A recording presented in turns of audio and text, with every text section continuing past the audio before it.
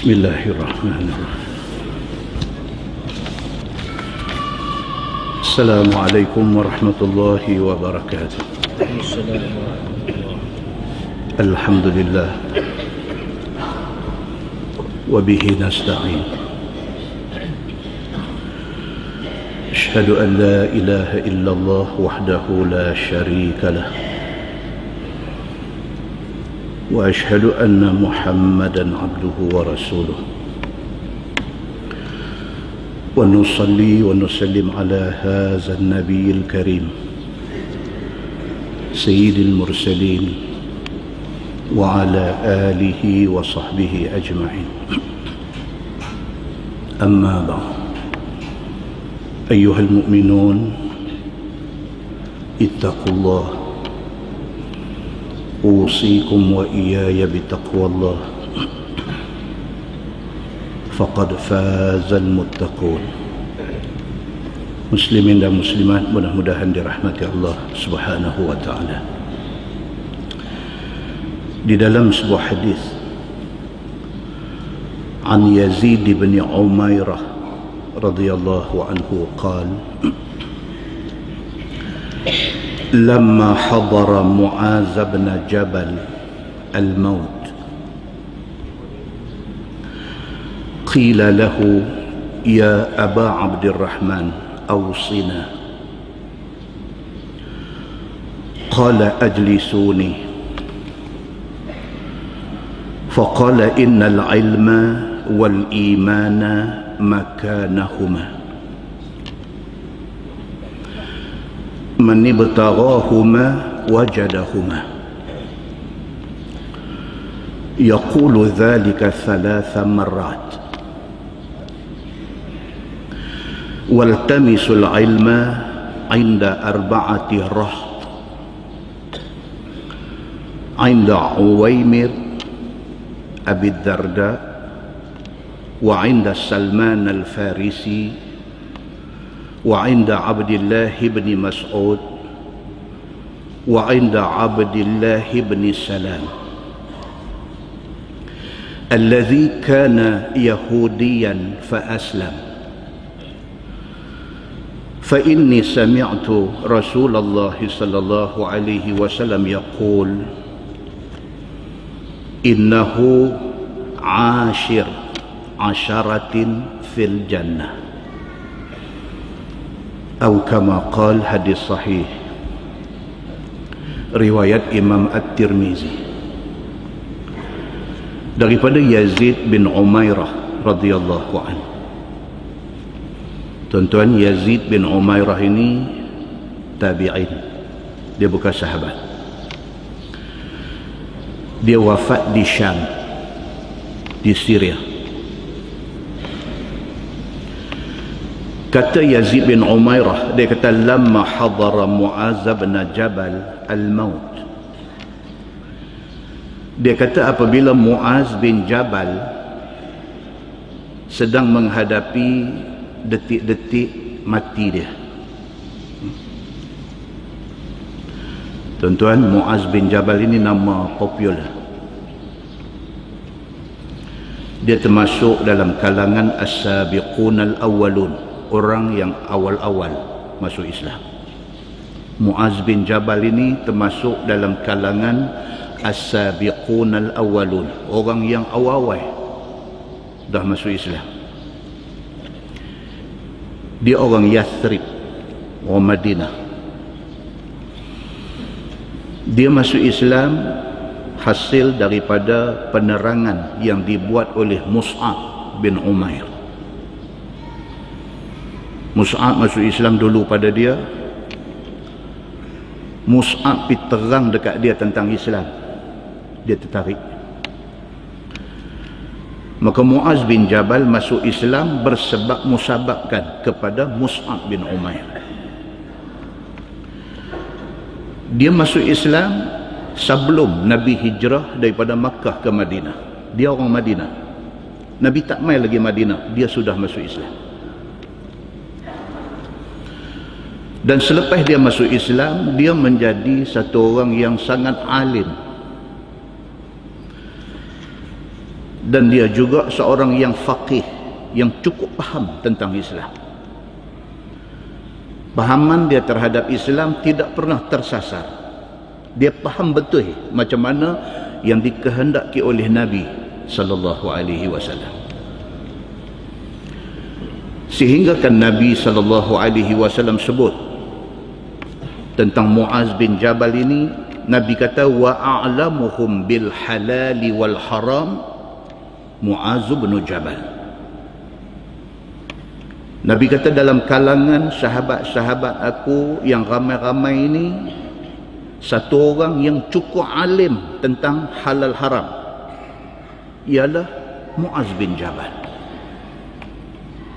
Itu satu endorsement, satu cop mohor Nabi bagi kat dia. Nabi sebut di depan semua orang, Nabi kata dalam ramai-ramai sahabat aku ini, Muaz bin Jabal, dia ni satu orang yang cukup alim tentang halal dan haram. Dia ikut serta di dalam Bai'atul Aqabah, dan dia ikut Nabi sallallahu alaihi wasallam di dalam banyak peperangan, terutamanya perang Badar. Nabi sallallahu alaihi wasallam pernah pilih dia untuk menjadi utusan wakil Nabi untuk pergi berdakwah ke Yaman. Tapi pribadi mulia ini, yang kata Muaz bin Jabal, satu orang sahabat Nabi yang pribadinya sangat unggul, sangat mulia ini, Allah Subhanahu wa taala sayang dia.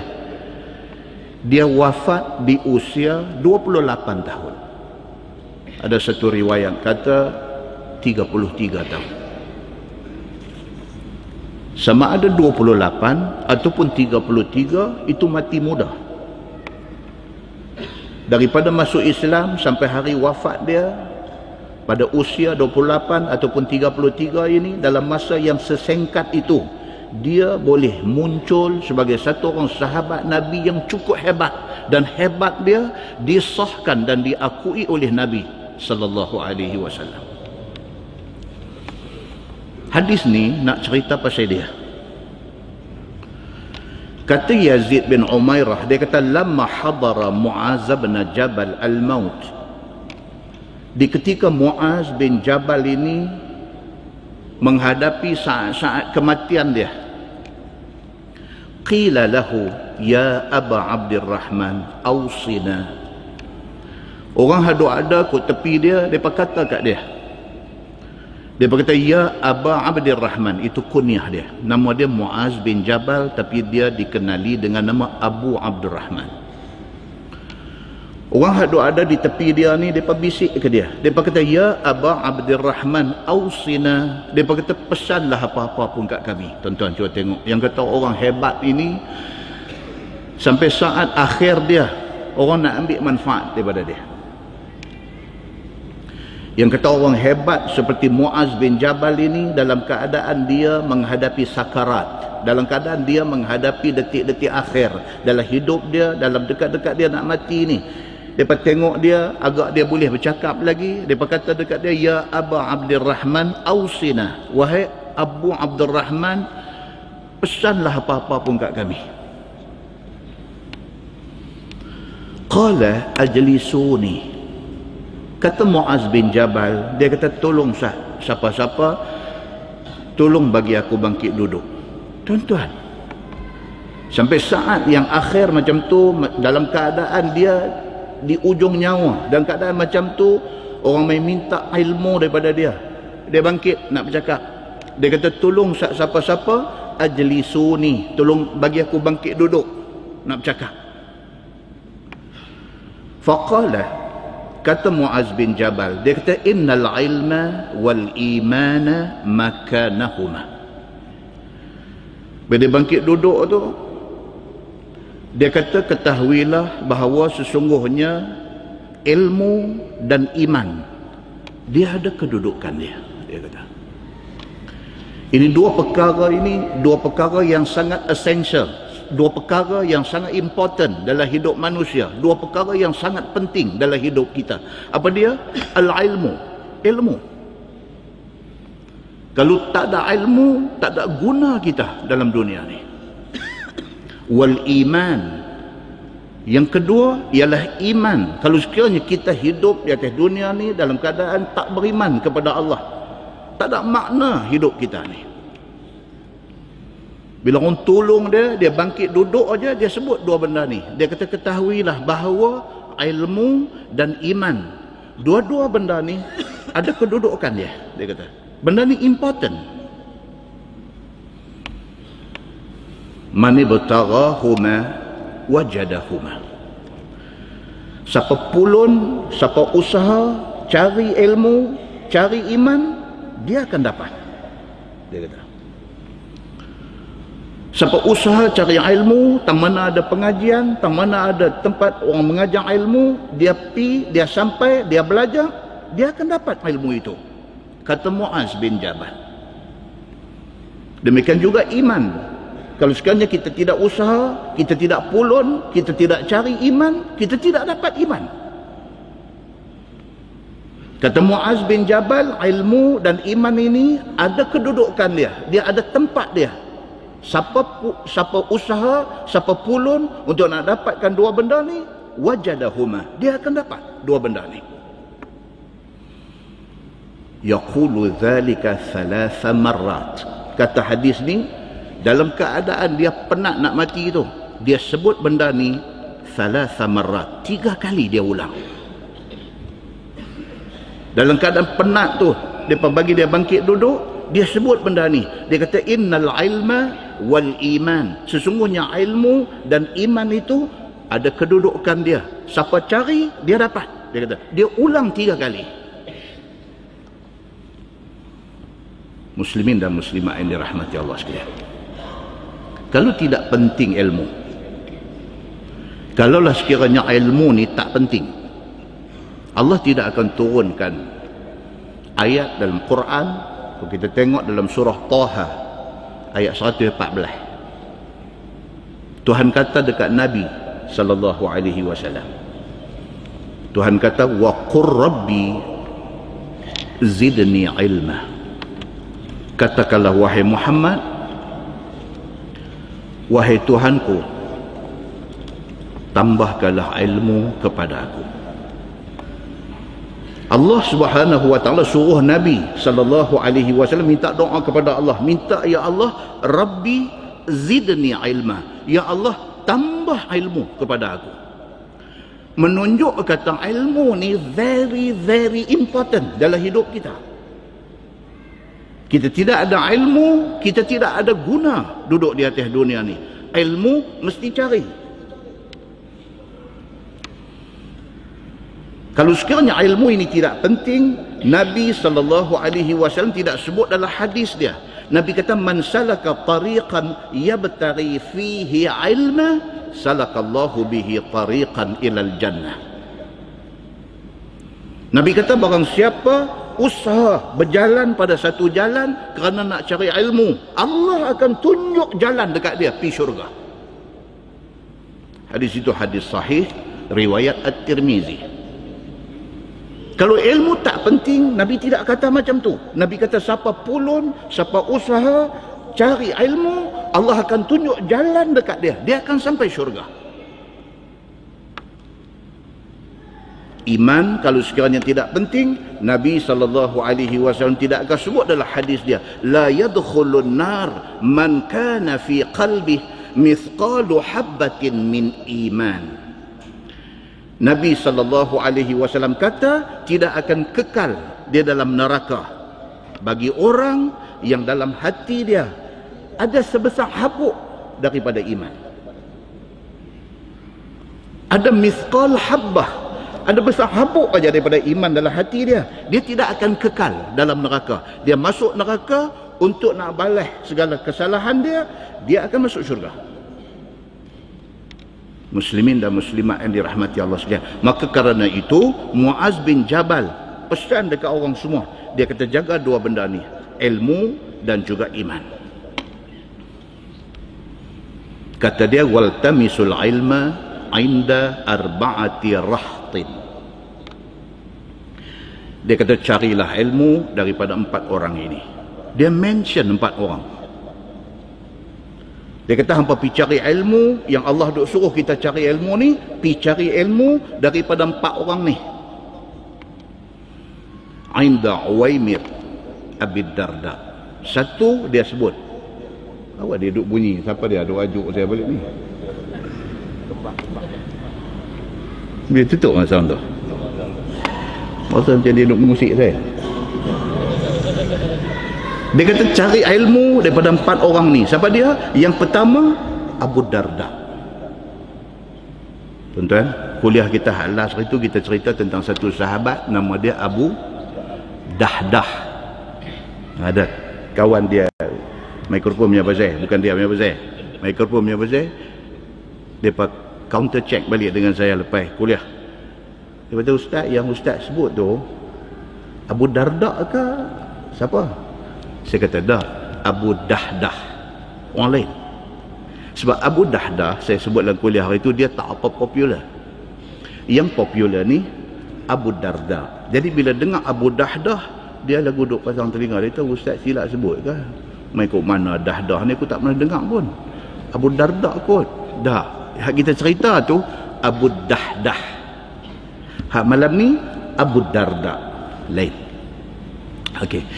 Muaz bin Jabal kata, kalau hampa nak cari ilmu, hampa pergi cari daripada 4 orang ni. Yang pertama Uwaimir Abu Darda. Kenapa dia sebut Uwaimir? Sebab Abu Darda nama dia sebenarnya ialah Uwaimir. Nama sebenarnya Uwaimir bin Malik bin Qais. Tapi kalau sebut Uwaimir, orang tak kenal. Bila sebut Abu Darda, oh, dia kata oh. Oh, makna dia kenal. Begitu. Abu Darda satu orang rawi hadis yang terkenal. Kita selalu baca hadis jumpa an Abi Darda. An Abi Darda, dia rawi hadis yang cukup terkenal. Dia orang Ansar, orang Madinah. Satu orang yang sangat zuhud. Kita dah cerita dalam kuliah di masjid ni, zuhud dia ni sampai isteri dia sampai nak fed up dengan dia. Jadi cerita dulu, Abu Darda ni dia punya zuhud dia sampai dia tak peduli kepada dunia, sampai dia tak peduli kat bini dia.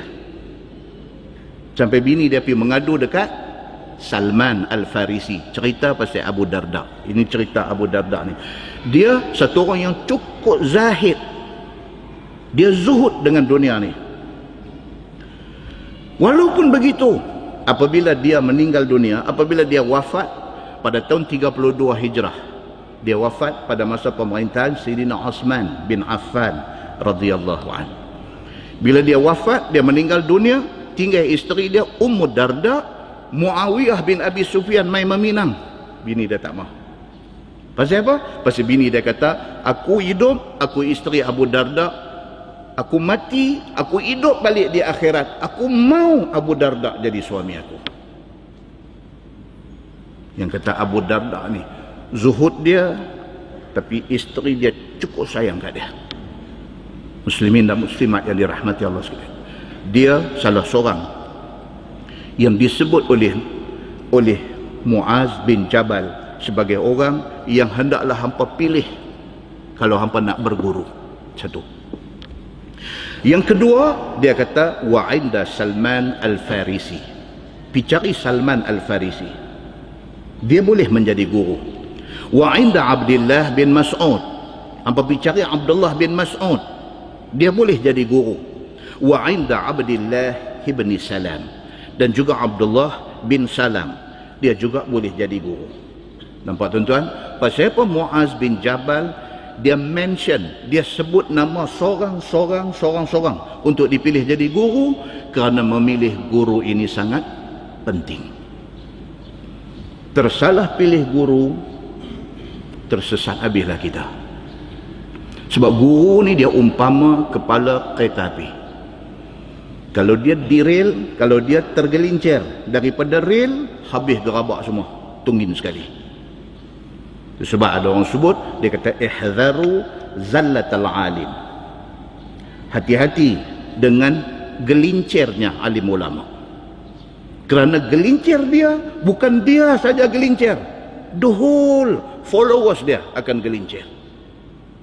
Muslimin dan muslimat yang dirahmati Allah sekalian, maka Muaz bin Jabal dia mention nama seorang-seorang orang yang kalau hampa nak belajar, hampa pergi belajar dekat orang-orang ini.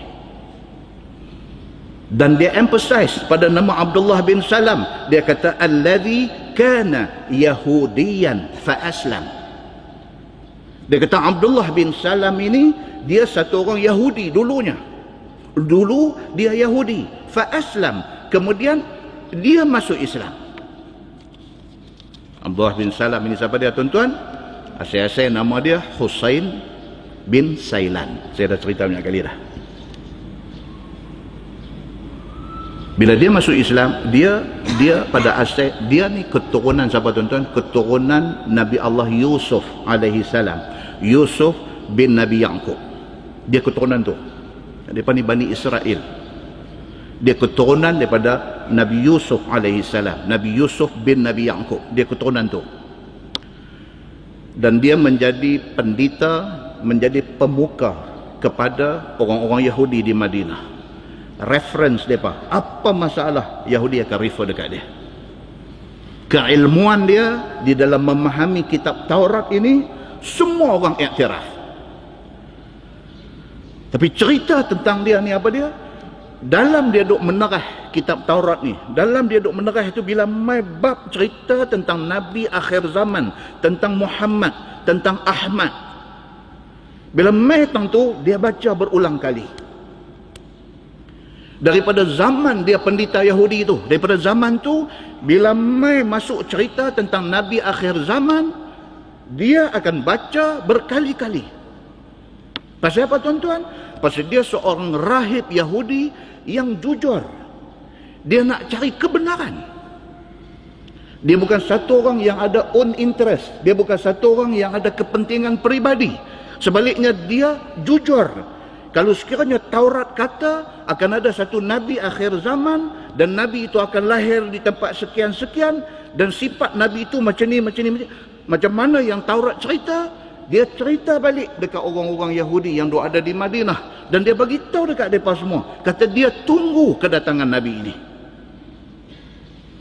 Sedangkan rahib Yahudi yang tidak jujur, bila mai cerita tentang Muhammad, mereka tutup. Bila mai tajuk Muhammad, mereka skip. Mereka tak mau highlight cerita tentang Muhammad ni. Sebab mereka tak mau nak terima Nabi Muhammad ini sebagai Nabi akhir zaman. Kerana alasan mereka, Muhammad ini bukan daripada bangsa Yahudi. Bukan daripada Bani Israel. Muslimin dan muslimat yang dirahmati Allah sekalian. Kalau kita baca balik cerita detail tentang Abdullah bin Salam ini, dia duduk tunggu ni. Bila Muhammad nak mai ke Madinah, dia duduk tunggu. Sehinggalah satu hari, dia duduk atas pokok kurma, tengah duduk tut pokok kurma, makcik dia lari mai. Makcik dia kata, Muhammad sampai dah di Quba. Dia kata. Dia dengar-dengar, spontaneously, mulut dia sebut, Allahu Akbar, Allahu Akbar. Sebab dia tak boleh sorok kegembiraan dalam hati dia ni. Gembira duk tunggu Nabi mai ke Madinah ni, dia tak boleh sorok. Bila makcik dia mai habang, kata Muhammad tu dah sampai dah. Lah dia duk ada di Quba. Dia dengar saja mulut dia sebut Allahu Akbar, Allahu Akbar. Makcik dia terkejut. Makcik dia kata, apa cerita ni? Dia kata, makcik, saya duk habang dekat makcik tentang Muhammad Nabi akhir zaman ini. Makcik, dia memang betul Nabi. Saya dah teliti dah semua keterangan tentang dia yang ada di dalam kitab Taurat kita. Memang dialah orangnya. Saya nak jumpa dia, makcik. Dan apabila Nabi SAW masuk sahaja di dalam kota Madinah, masa itu nama Yathrib, dia di antara orang yang bergegas pi di tempat Nabi SAW berdiri bagi ucapan sulung di Madinah ni. Dia di antara orang yang mula-mula sampai di situ. Dia nak dengar sangat. Dia nak tengok muka Nabi Muhammad ni. Dia nak dengar Muhammad nak kata apa. Bila dia sampai di sana, ucapan sulung Nabi ketika masuk ke Madinah, Nabi SAW kata apa? Afsyus salam. Nabi kata, sebarkan salam. Wa at'imut ta'am. Nabi kata, bagi makan kepada orang. Wa sallu wan nasu niyam. Nabi kata, bangkit semayang malam. ketika orang sedang tidur. Tadkhulul jannata bisalam. Nabi kata hampa buat benda ni elok-elok, hampa masuk syurga dengan selamatnya.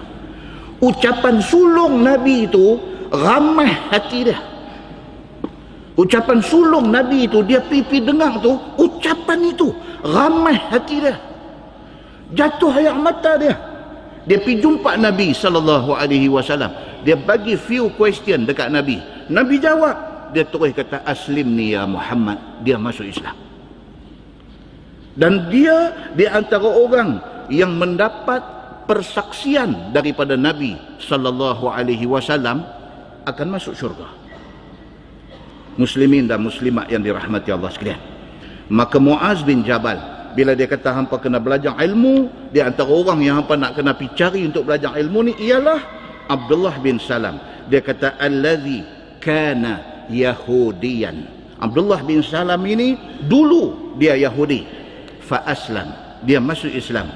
Fa inni, kata Muaz bin Jabal, fa inni sami'tu Rasulullah sallallahu alaihi wasallam yaqul, kata Muaz bin Jabal, telinga aku dengar Nabi sallallahu alaihi wasallam bersabda. Nabi kata, innahu asharatin fil jannah. Telinga aku dengar Nabi kata, Abdullah bin Salam ini termasuk di dalam 10 orang jamin syurga. Muslimin dan muslimat yang dirahmati Allah sekalian.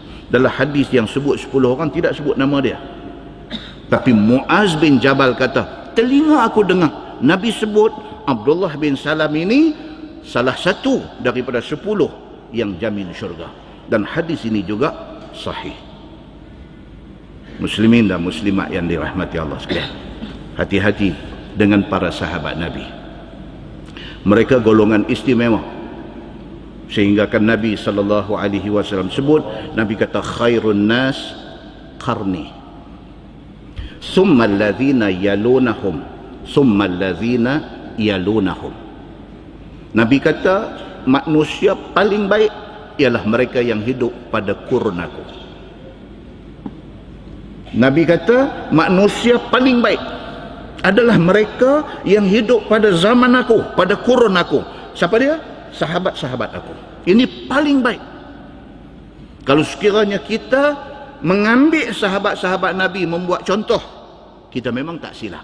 Kerana mereka disebut oleh Nabi SAW sebagai golongan yang terbaik di kalangan umat manusia. Bahkan Nabi SAW pesan dekat kita semua tentang sahabat-sahabat ni. Nabi kata la tasubbu ashabi. Nabi kata jaga, jangan sapa di kalangan hampa, biar lidah hampa mencercah ataupun mencaci sahabat-sahabat aku. Jangan. Yang sebut Sayyidina Abu Bakar As-Siddiq radhiyallahu anhu, jangan kita biar mulut kita cercah mana-mana sahabat Nabi ridwanullah alaihim ajma'in. Karena Nabi SAW bagi warning kepada kita tentang hal sahabat ini. Nabi kata falau anna ahadakum anfaqa mithla uhudi zahaban ma balagha mudda ahadihim aw nasifah. Nabi kata macam ni, aku nak bagi hampa. Kalau hampa ada mai sebesar bukit Uhud. Tuan-tuan, kita pergi di Madinah, kita tengok bukit Uhud. Berapa kilometer panjang, berapa tinggi. Nabi kata kalau hampa ada mai besar tu, hampa ambil mai itu semua, pi infak pada jalan Allah. Nabi kata tak sama dengan sahabat-sahabat aku yang infak pada zaman aku dulu. Walaupun segenggam mereka infak, tak sama dengan mai satu bukit Uhud yang hampa infak. Nabi kata hampa bukan challenge kepada sahabat-sahabat aku. Nabi habaq awal dah. Maknanya apa tuan-tuan? Hari ini selain daripada kita baca Quran, selain daripada kita baca hadis Nabi, kita juga kena baca tentang cerita para sahabat Nabi ridwanullah alaihim ajma'in untuk dijadikan contoh kepada kita semua. Mudah-mudahan muqaddimah itu memberi manfaat kepada kita insya-Allah. Kita menggunakan Bahrul Mazi jilid 21. Bahrul Mazi jilid 21 muka surat 69. Muka surat 69. Masalah dia kata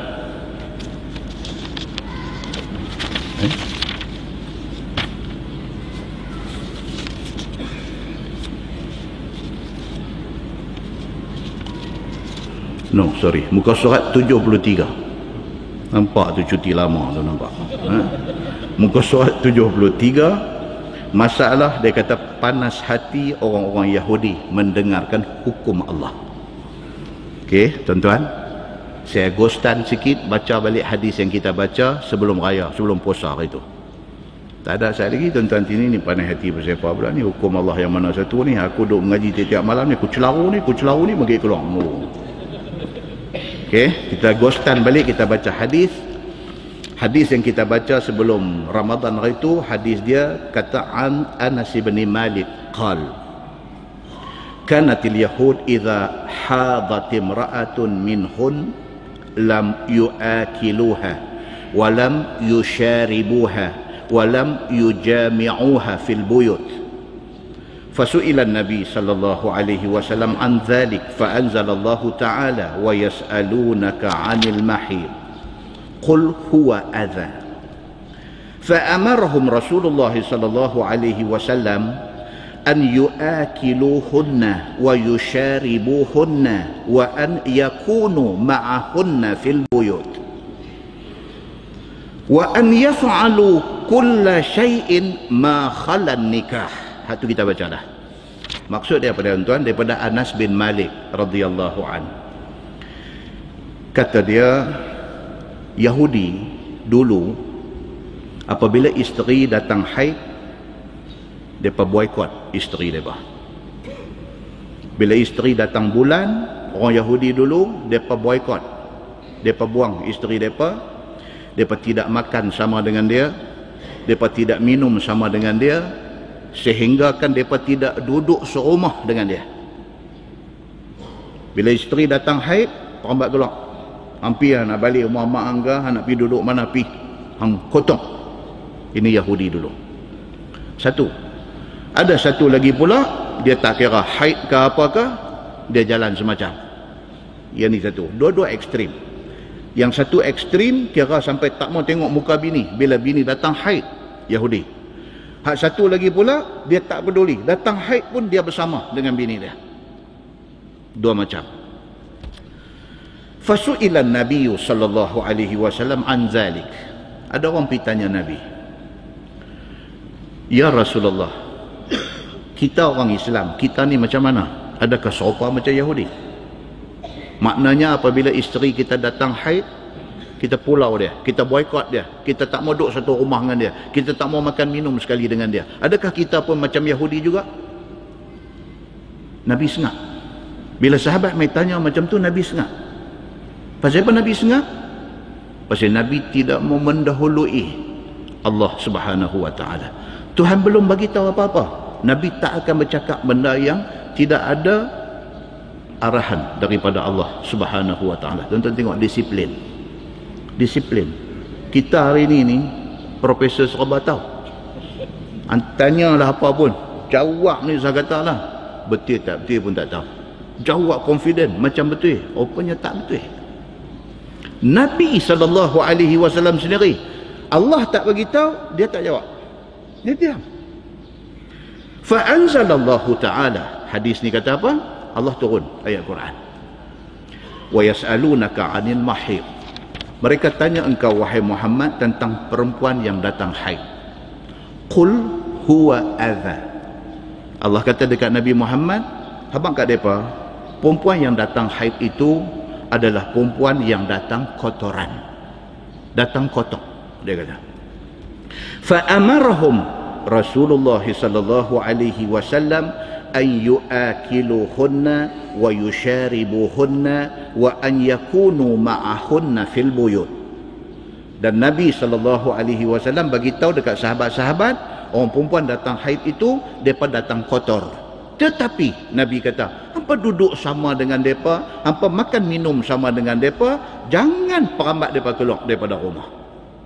Nabi kata macam tu. Wa ayyaf'alu kulla syai'in ma khalan nikah.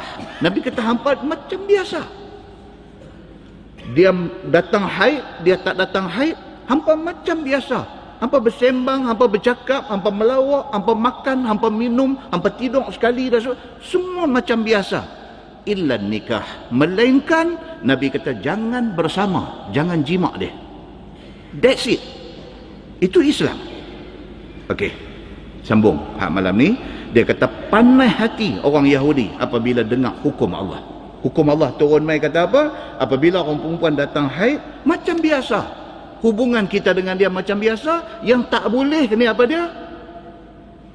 Hubungan suami isteri. Hak tu yang tak boleh. Bila benda ni diberitahu oleh Nabi SAW kepada sahabat-sahabat dia, orang Yahudi sudah naik hot. Manakala didengar oleh orang Yahudi akan hukum yang tersebut itu, maka naik panas hati dia. Dia pun sudah hot. Kata Anas bin Malik, faqalatil yahud ma yuridu an yada'a syai'an min amrina illa khalafana fihi. Itu jawab kata mereka. Apa maksudnya? Maka berkata orang-orang Yahudi, tidak menghendaki Muhammad ini bahawa meninggal ia akan suatu daripada hal ahwal kita, melainkan menyalahi kita dan menukar akan hal kita itu padanya. Pada muka semua orang tak faham apa dia. Maksud dia apa? Orang Yahudi kata Muhammad ni memang pesen dia dah. Dia ni kita kata A, dia nanti kata B. Kita kata putih, dia nanti kata hitam. Dia ni lain tak ada, dia nak bangkang kita aja. Tu boleh faham? Itu dia nak abang itu. Bahasa dia ni kadang-kadang dia short terus tidur. Yahudi kata apa? Dia kata Muhammad ni memang jenis dia dah. Dia ni dia memang nak cari pasal dengan kita. Kita kata A, dia nanti kata B. Kita kata boleh, dia nanti kata tak boleh. Kita kata halal, dia nanti kata haram. Kita kata putih, dia nanti kata hitam. Nama kata Muhammad ni perangai ni tak elok. Apa tak? Yahudi kata. Tuan-tuan boleh rasa tak semangat mereka marah tu? Yes, itu cerita dia. Maka kata Yahudi, maka apalah hukum Muhammad yang ditukarkan itu? Mereka condemn Nabi. Mereka kata pirah Muhammad. Mereka kata, hanya satu saja, iaitu tak boleh jima dengan perempuan haid. Dia kata, itu saja. Tapi bercampur gaul boleh, semua perkara pun boleh.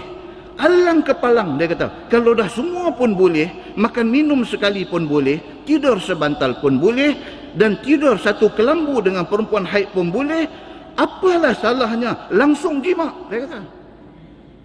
Nampak? Dia guna akal dia. Dia kata merepek Muhammad ni. Kalau dah perempuan datang haid, kita boleh duduk serumah dengan dia. Kalau dah perempuan datang haid, kita boleh duduk makan minum dengan dia. Kalau dah perempuan datang haid, boleh tidur satu kelambu dengan dia. Kalau dah perempuan datang haid, kita boleh tumpang sebantai dengan dia.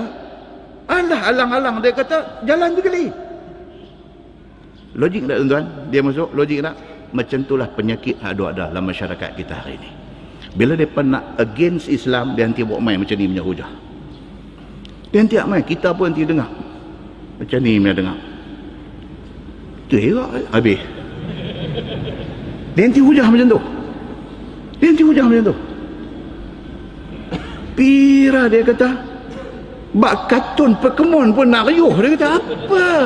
Dia buat macam tu. Nampak? Dia tunjuk besar-besar punya cerita apa semua yang tak bercakap. Tuan-tuan biasa dengar lah macam ni? Ada tuan-tuan. Inilah dia kata ulama hari ni.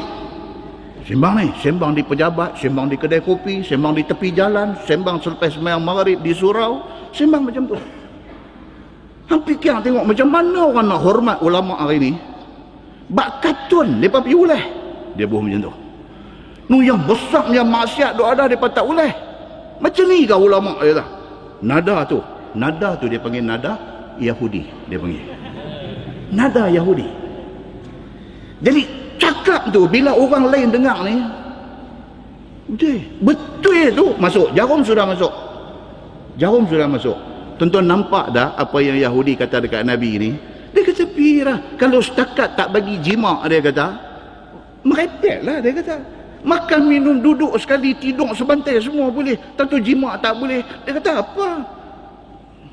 Bila dia cakap dengan nada suara tinggi, dengan ayak muka dia, dengan bersungguh, kau dengar ni, Mula-mula dengar apa dia ni, apa dia ni, tapi dengar lama-lama betul ke apa yang kata. Dia jadi macam tu. Nampak? Masuk benda ni macam ni. Sama dengan kes apabila turun ayat mengarahkan suruh kalih kiblat daripada menghadap Baitul Maqdis kepada menghadap Baitullah. Sama juga.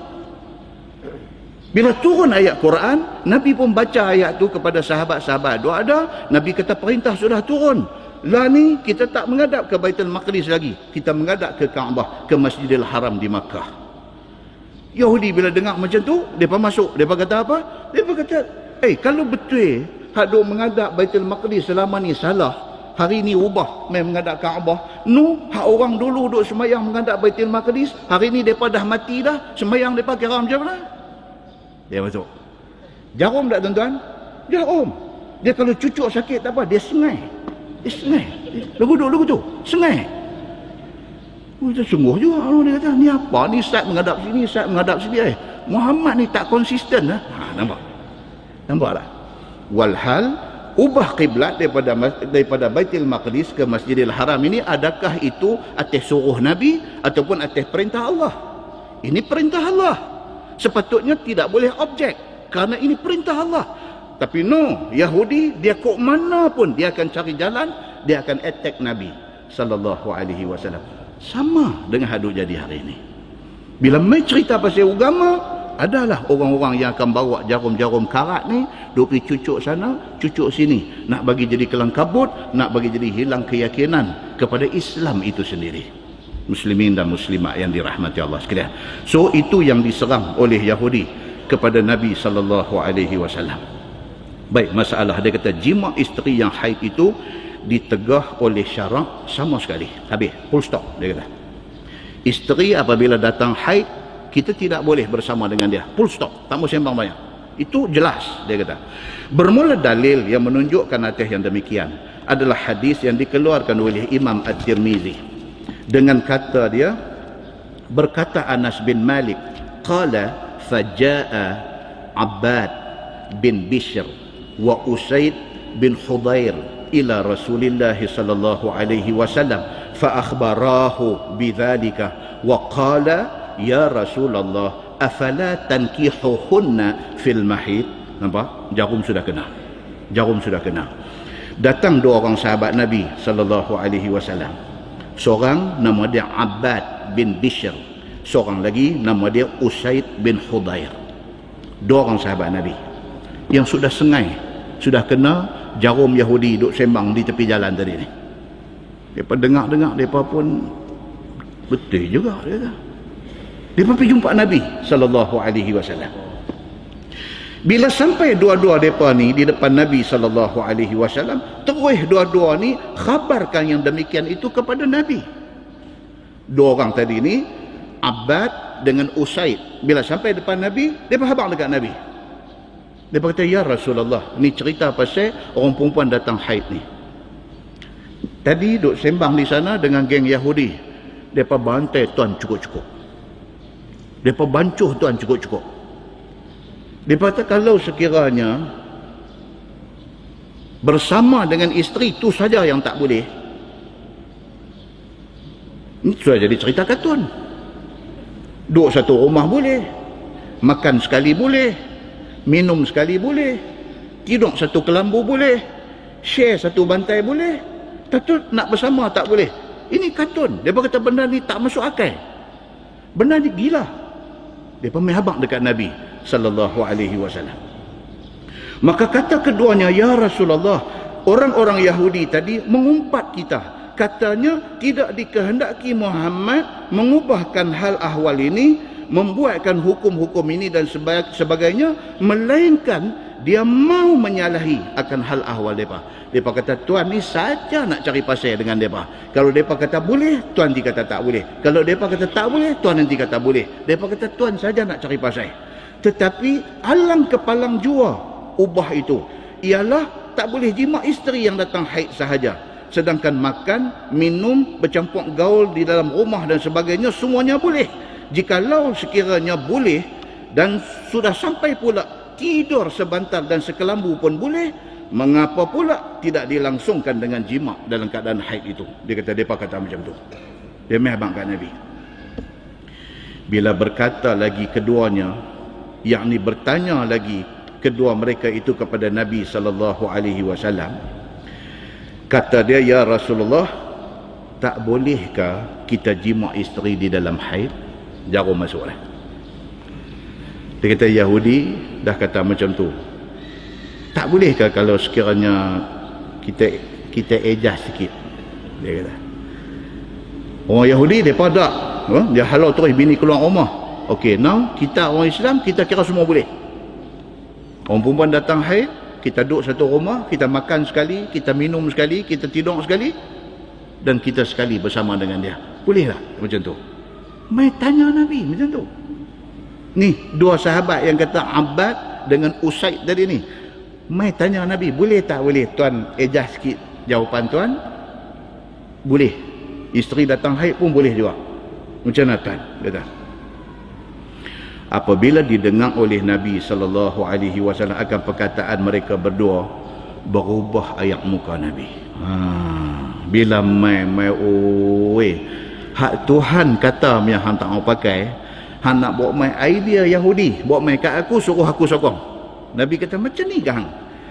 Kerana adakah patut dengan sebab Yahudi mengumpat mau diubah hukum Allah Subhanahu wa taala?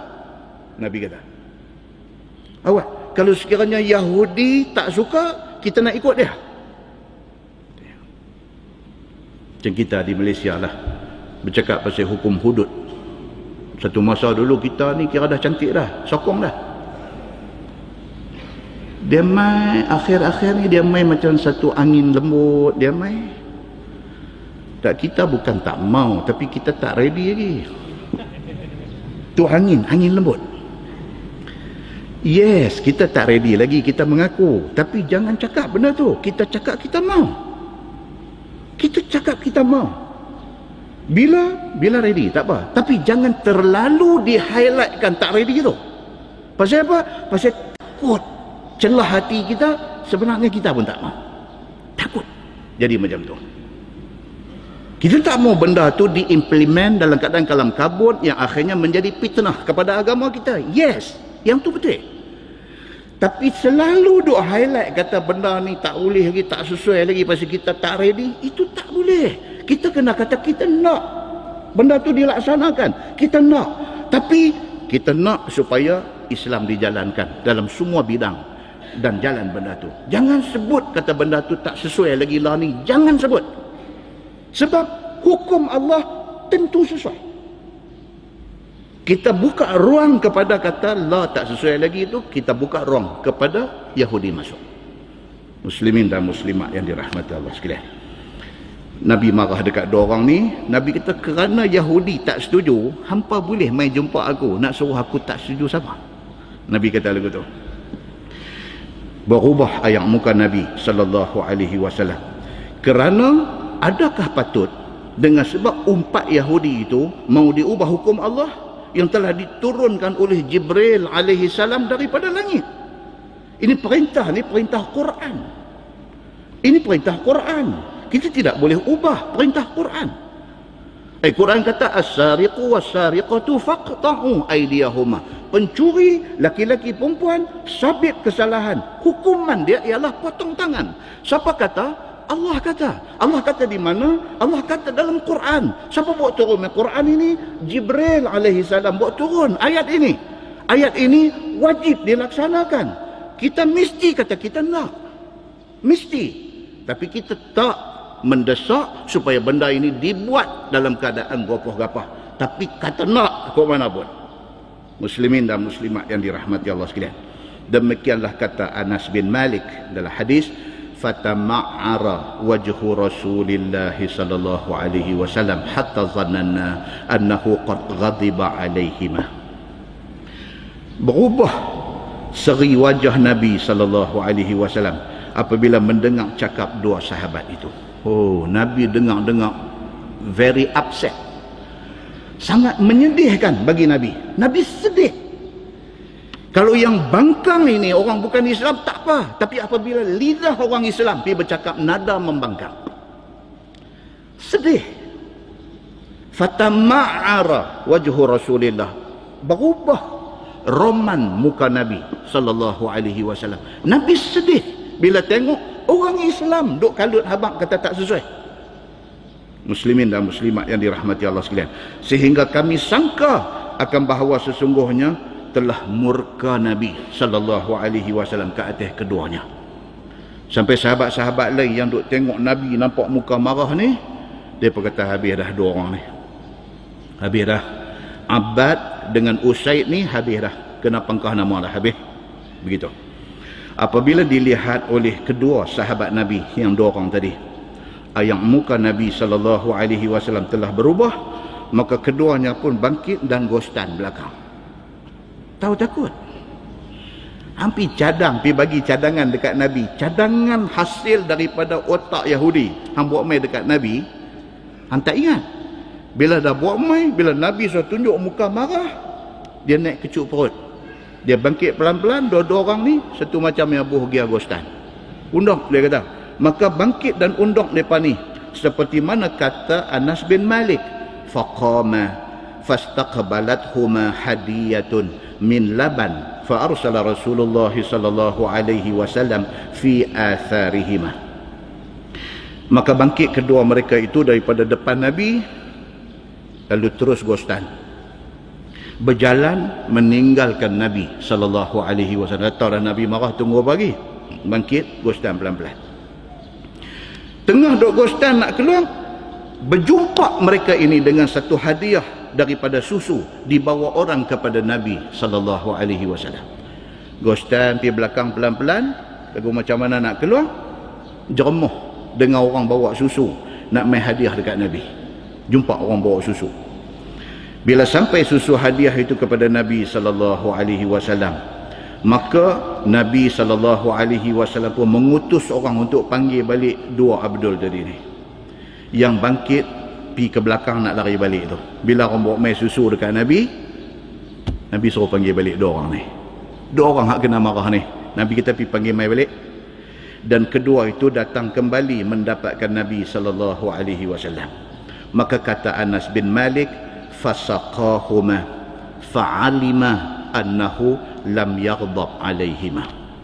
Maka memberi minum oleh Nabi sallallahu alaihi wasallam kepada dua sahabat itu, dan taulah kepada orang semua bahwasanya Nabi tidak marah lagi kepada dua orang itu. Itu dia yang kata Nabi, tuan-tuan, marah dekat tu sikit tak ada nak berdendam dia ni, jumpa ke aku ketahuan.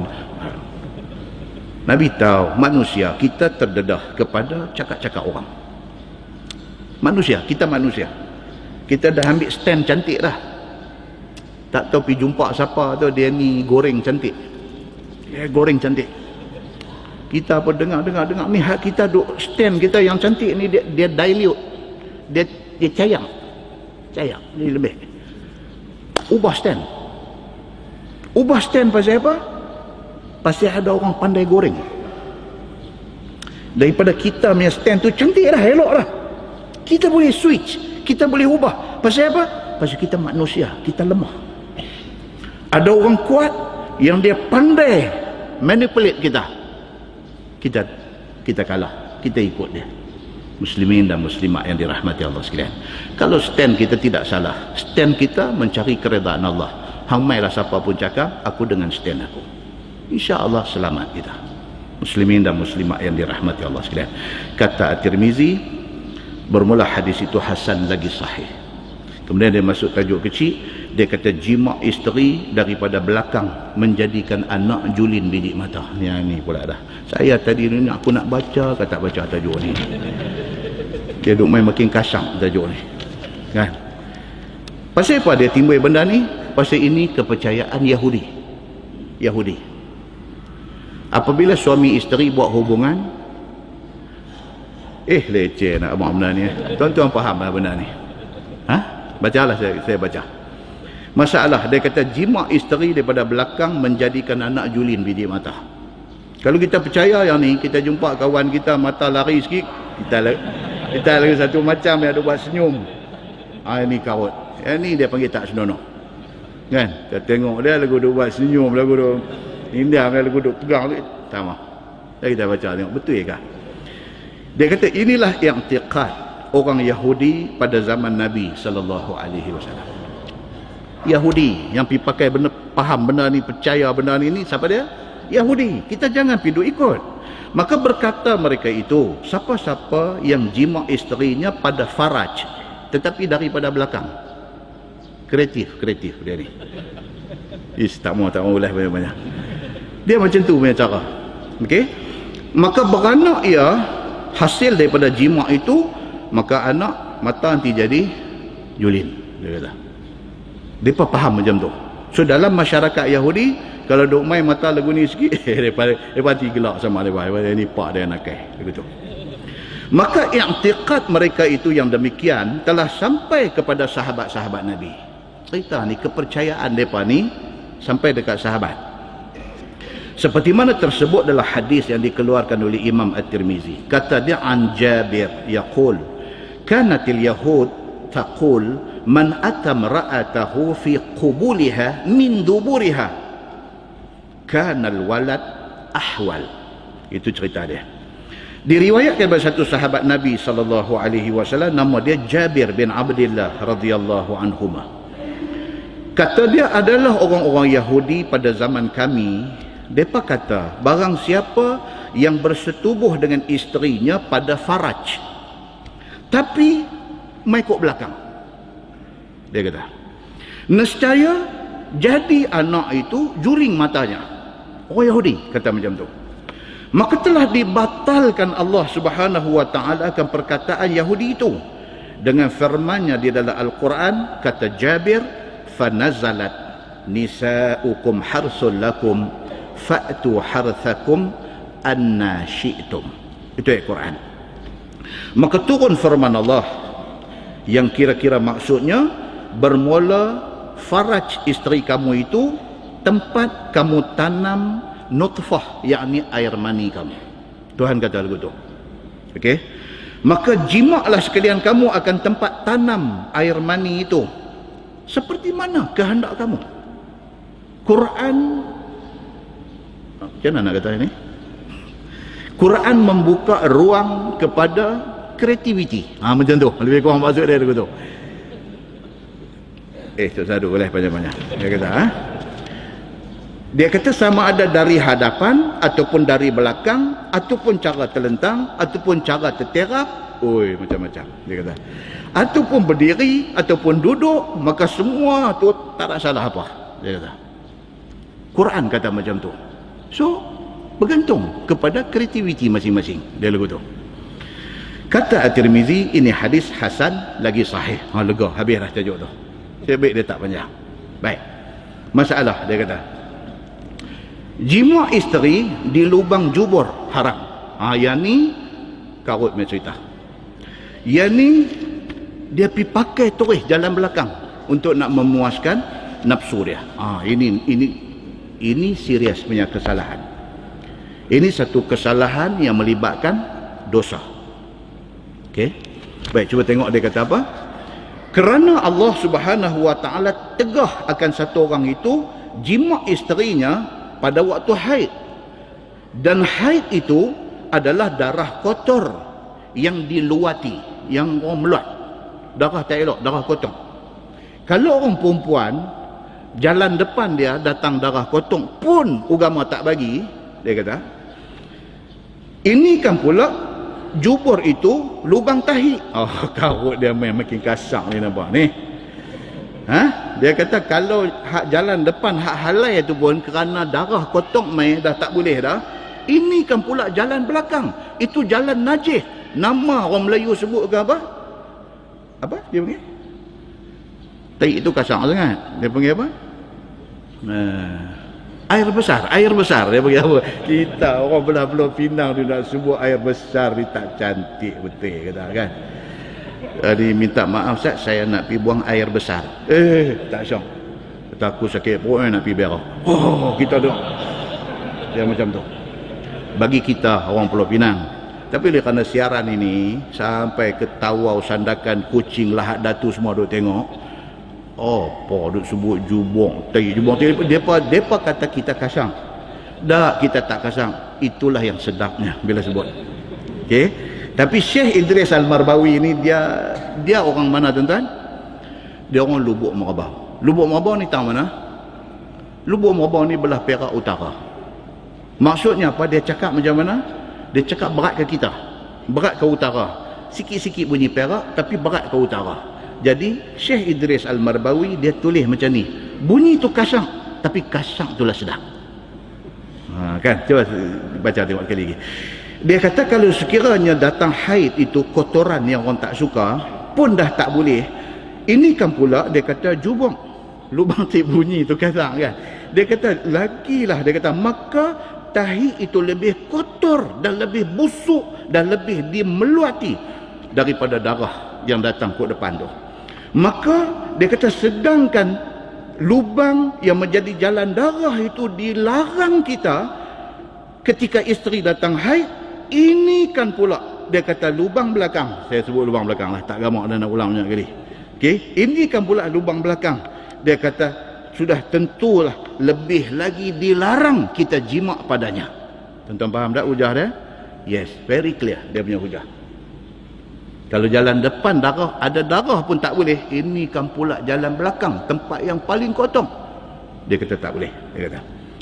Dan pula telah datang riwayat yang dikeluarkan oleh Imam At-Tirmizi. Kata dia an Ummi Salamah anin Nabi sallallahu alaihi wasallam fi qaulih nisa'ukum harsul lakum fa'tu harsakum anna syi'tum. Yani simaman wahidah.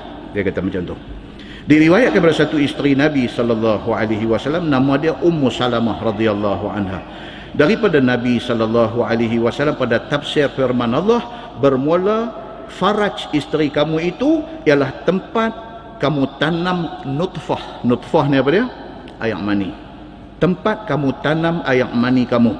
Sebagaimana yang kamu nak, kamu boleh guna tempat itu. Yakni jima' lubang yang satu sahaja, iaitu faraj sahaja, dan tidak boleh lubang belakang. Dia kata macam tu. Tuan-tuan muslimin dan muslimat yang dirahmati Allah sekalian, ada banyak hadis tentang hal ni. Banyak hadis. Di antaranya hadis daripada Amru bin Shu'aib, daripada bapa dia, daripada datuk dia. Siapa dia bapa kepada Amru bin Shu'aib? Siapa dia bapa dia? Shu'aib bin Abdullah. Siapa Tok Wan kepada Amru bin Shu'aib? Tok Wan dia Abdullah bin Amru bin Al-As, sahabat besar. Hadis ini daripada Abdullah bin Amru bin Al-As radhiyallahu an. Kata dia anna Nabi sallallahu alaihi wasallam qala hiya lutiyah as-sughra. Nabi kata benda tu adalah lutiyah as-sughra pada syarak. Kalau tuan-tuan rasa wajar baca, teks saya, kata ustaz, saya sokong supaya dibaca. Kalau tuan-tuan rasa macam tak sah, tuan-tuan cuma masuk kata tak sah ya, saya faham. Hak mana banyak, kita ikut yang tu. Okey? Baik, itu tajuk yang akan datang insya-Allah. Jima' isteri ini dengan macam-macam style itu dibenarkan. Okey? Kemudian dia mai lagi satu tajuk yang akan datang ni, menahan perempuan daripada kahwin. Itu salah. Orang perempuan dia patut dah kahwin, kita yang duk tak bagi dia kahwin. Salah. Dan dia akan bawa mai dekat kita kejadian yang berlaku pada zaman Nabi sallallahu alaihi wasallam. Dia jadi macam mana? Satu suami, satu isteri, okey, kahwin, jadi husband and wife. Ada tak kena tang mana ke apa macam mana ke, bercerai. Laki-laki ni jahat, duk buat tahana kat bini dia, yang akhirnya bercerai. Okey. Bila dah dekat nak habis iddah, laki ni duk syok balik dekat bini hak dia cerai tadi, bini pun duk syok balik dekat laki dia. Hak cerita dia duk kena balun dengan wire lettering apa semua dulu dia lupa habis dah. Cerita laki balik-balik buka-buka pintu, tapak kaki sambut, terlentang pergi sampai dapur, dia lupa dah. Pasal apa? Pasal bila tak ada laki ni dia kesunyian. Dia daripada tak ada syekh ni biar dia terajang lebih kurang mampu biar dia rumah dulu tu. Dia mau balik. Tentu rasa ada tak jadi benda ni dalam masyarakat? Banyak, bukan ada, banyak duk jadi. Bila dah laki ni ada intention untuk nak kahwin balik dengan isteri dia ni dalam tempoh iddah raj'i, dalam tempoh boleh raja', isteri pun ada intention untuk nak baik balik dengan laki dia, tiba-tiba keluarga belah perempuan masuk campur. Dia kata hang ni apa ni, hang mengaji sekolah ke tak mengaji sekolah, ni keluarga ni. Hang lupa dah kan dulu dia sepak hang sampai pecah bibir mulut, hamil duk teriak di rumah mak. Ni keluarga belah perempuan ni. Dia kata hang lupa dah kan laki hang dulu wayar elektrik dia lipat, dia balon atas belakang hang, berbalong belakang, hang lupa dah kan duk main kata macam tu.